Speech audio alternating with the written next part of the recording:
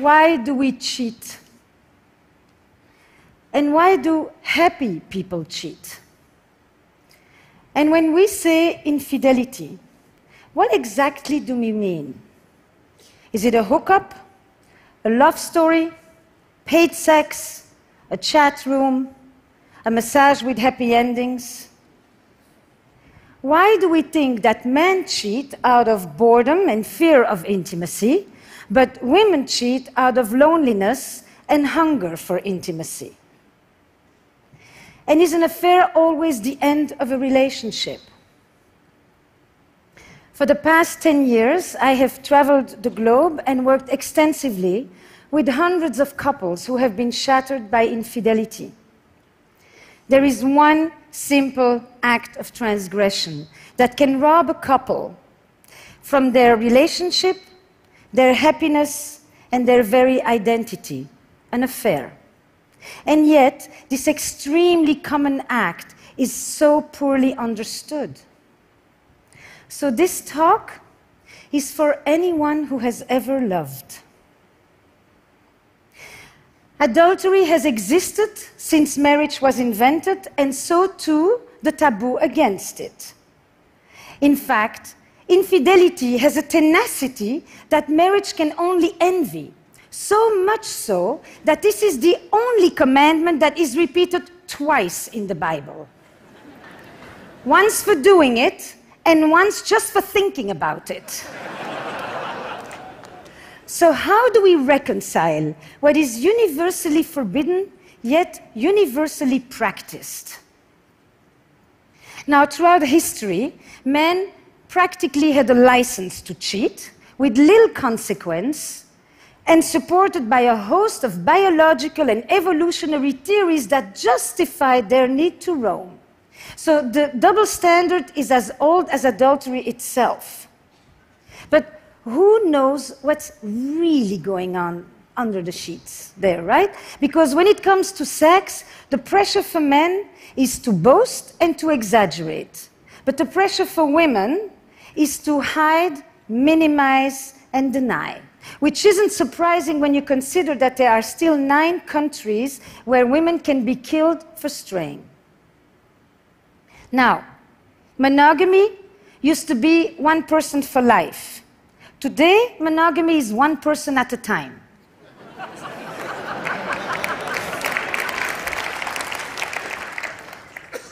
I mean, many of you probably have said, I am monogamous in all my relationships.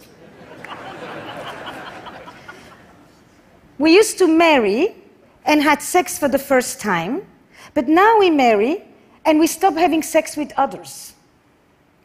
The fact is that monogamy had nothing to do with love. Men relied on women's fidelity in order to know whose children these are and who gets the cows when I die. Now, everyone wants to know what percentage of people cheat. I've been asked that question since I arrived at this conference. It applies to you. But the definition of infidelity keeps on expanding. Sexting, watching porn, staying secretly active on dating apps. So because there is no universally agreed upon definition of what even constitutes an infidelity, estimates vary widely, from 26% to 75%. But on top of it, we are walking contradictions. So 95% of us will say that it is terribly wrong for our partner to lie about having an affair, but just about the same amount of us will say that that's exactly what we would do if we were having one. Now, I like this definition of an affair. It brings together the 3 key elements: a secretive relationship, which is the core structure of an affair, an emotional connection to one degree or another, and a sexual alchemy. And alchemy is the key word here, because the erotic frisson is such that the kiss that you only imagine giving can be as powerful and as enchanting as hours of actual lovemaking. As Marcel Proust said, it's our imagination that is responsible for love, not the other person. So it's never been easier to cheat, and it's never been more difficult to keep a secret. And never has infidelity exacted such a psychological toll. When marriage was an economic enterprise, infidelity threatened our economic security. But now that marriage is a romantic arrangement, infidelity threatens our emotional security. Ironically, we used to turn to adultery. That was the space where we sought pure love. But now that we seek love in marriage, adultery destroys it. Now, there are three ways that I think infidelity hurts differently today. We have a romantic ideal in which we turn to one person to fulfill an endless list of needs, to be my greatest lover, my best friend, the best parent, my trusted confidant, my emotional companion, my intellectual equal. And I am it. I'm chosen, I'm unique, I'm indispensable, I'm irreplaceable, I'm the one.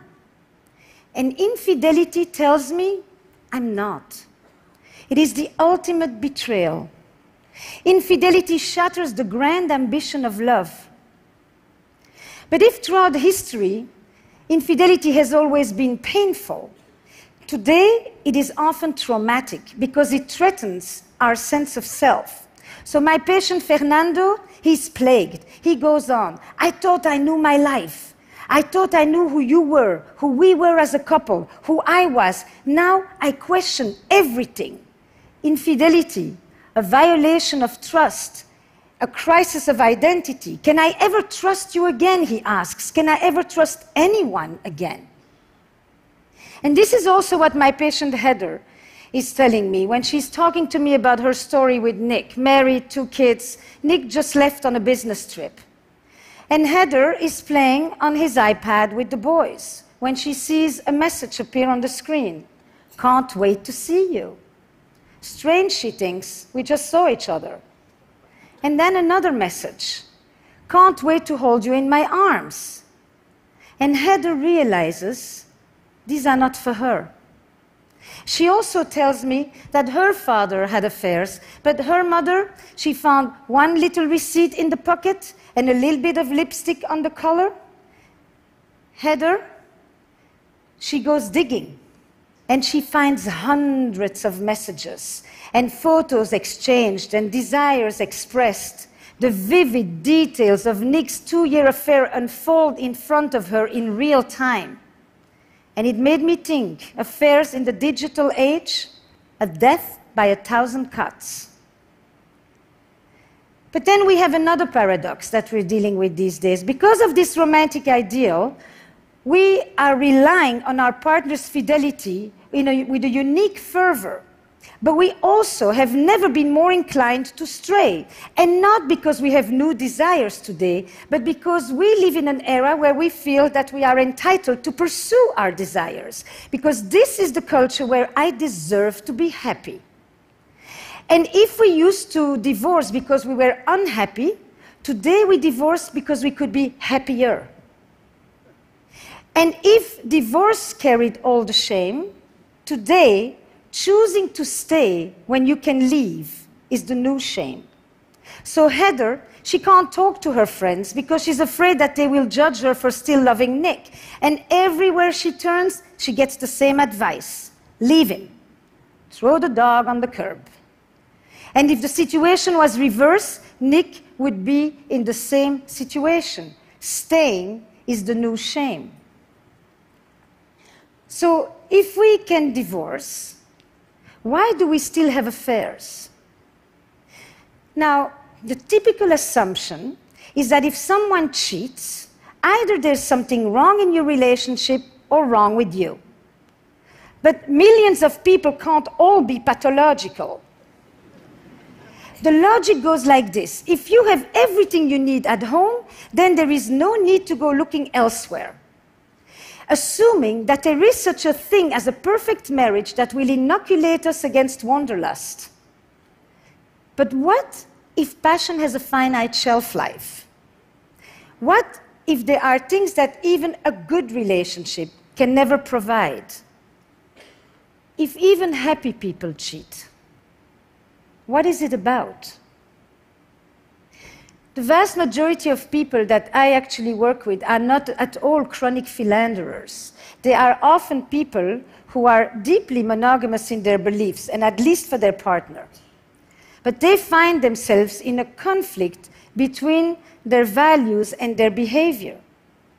They often are people who have actually been faithful for decades, but one day they cross a line that they never thought they would cross, and at the risk of losing everything. But for a glimmer of what? Affairs are an act of betrayal, and they are also an expression of longing and loss.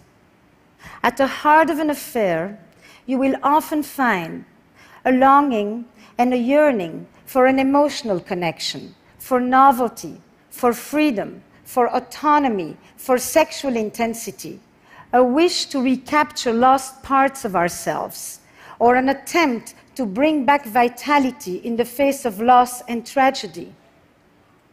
And I'm thinking about another patient of mine, Priya, who is blissfully married, loves her husband, and would never want to hurt the man. But she also tells me that she's always done what was expected of her. Good girl, good wife, good mother, taking care of her immigrant parents. Priya, she fell for the arborist who removed the tree from her yard after Hurricane Sandy. And with his truck and his tattoos, he's quite the opposite of her. But at 47, Priya's affair is about the adolescence that she never had. And her story highlights for me that when we seek the gaze of another, it isn't always our partner that we are turning away from, but the person that we have ourselves become. And it isn't so much that we're looking for another person, as much as we are looking for another self. Now, all over the world, there is one word that people who have affairs always tell me. They feel alive. And they often will tell me stories of recent losses, of a parent who died, and a friend that went too soon, and bad news at the doctor. Death and mortality often live in the shadow of an affair because they raise these questions. Is this it? Is there more? Am I going on for another 25 years like this? Will I ever feel that thing again? And it has led me to think that perhaps these questions are the ones that propel people to cross the line, and that some affairs are an attempt to beat back deadness and an antidote to death. And contrary to what you may think, affairs are way less about sex and a lot more about desire. Desire for attention, desire to feel special, desire to feel important. And the very structure of an affair, the fact that you can never have your lover, keeps you wanting. That in itself is a desire machine, because the incompleteness, the ambiguity, keeps you wanting that which you can't have. Now, some of you probably think that affairs don't happen in open relationships, but they do. First of all, the conversation about monogamy is not the same as the conversation about infidelity. But the fact is that it seems that even when we have the freedom to have other sexual partners, we still seem to be lured by the power of the forbidden. That if we do that which we are not supposed to do, then we feel like we're really doing what we want to. And I've also told quite a few of my patients that if they could bring into their relationships 1/10 of the boldness, the imagination, and the verve that they put into their affairs, they probably would never need to see me. So how do we heal from an affair? Desire runs deep, betrayal runs deep, but it can be healed. And some affairs are death knells for relationships that were already dying on the vine. But others will jolt us into new possibilities. The fact is, the majority of couples who have experienced affairs stay together. But some of them will merely survive, and others will actually be able to turn a crisis into an opportunity. They'll be able to turn this into a generative experience. And I'm actually thinking even more so for the deceived partner, who will often say, "You think I didn't want more? But I'm not the one who did it." But now that the affair is exposed, they too get to claim more, and they no longer have to uphold the status quo that may not have been working for them that well either. I've noticed that a lot of couples, in the immediate aftermath of an affair, because of this new disorder that may actually lead to a new order, will have depths of conversations with honesty and openness that they haven't had in decades. And partners who were sexually indifferent find themselves suddenly so lustfully voracious they don't know where it's coming from. Something about the fear of loss will rekindle desire and make way for an entirely new kind of truth. So, when an affair is exposed, what are some of the specific things that couples can do? We know from trauma that healing begins when the perpetrator acknowledges their wrongdoing. So, for the partner who had the affair, for Nick, one thing is to end the affair, but the other is the essential, important act of expressing guilt and remorse for hurting his wife. But the truth is that I have noticed that quite a lot of people who have affairs may feel terribly guilty for hurting their partner, but they don't feel guilty for the experience of the affair itself. And that distinction is important. And Nick, he needs to hold vigil for the relationship. He needs to become for a while the protector of the boundaries. It's his responsibility to bring it up. Because if he thinks about it, he can relieve Heather from the obsession and from having to make sure that the affair isn't forgotten. And that in itself begins to restore trust. But Heather, or deceived partners, it is essential to do things that bring back a sense of self-worth, to surround oneself with love and with friends and activities that give back joy and meaning and identity. But even more important is to curb the curiosity to mine for the sordid details. Where were you? Where did you do it? How often? Is she better than me in bed? Questions that only inflict more pain and keep you awake at night. And instead, switch to what I call the investigative questions. The ones that mine the meaning and the motives. What did this affair mean for you? What were you able to express or experience there that you could no longer do with me? What was it like for you when you came home? What is it about us that you value? Are you pleased this is over?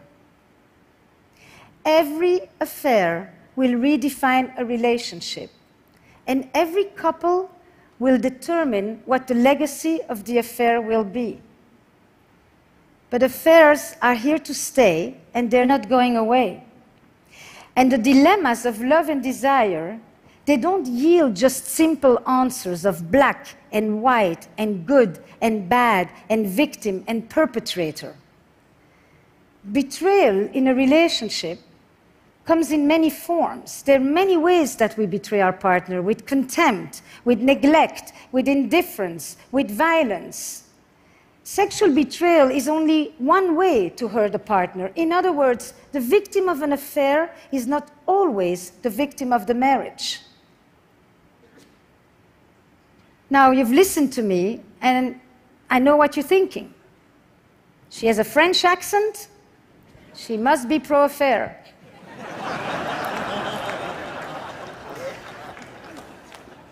So you're wrong. I am not French.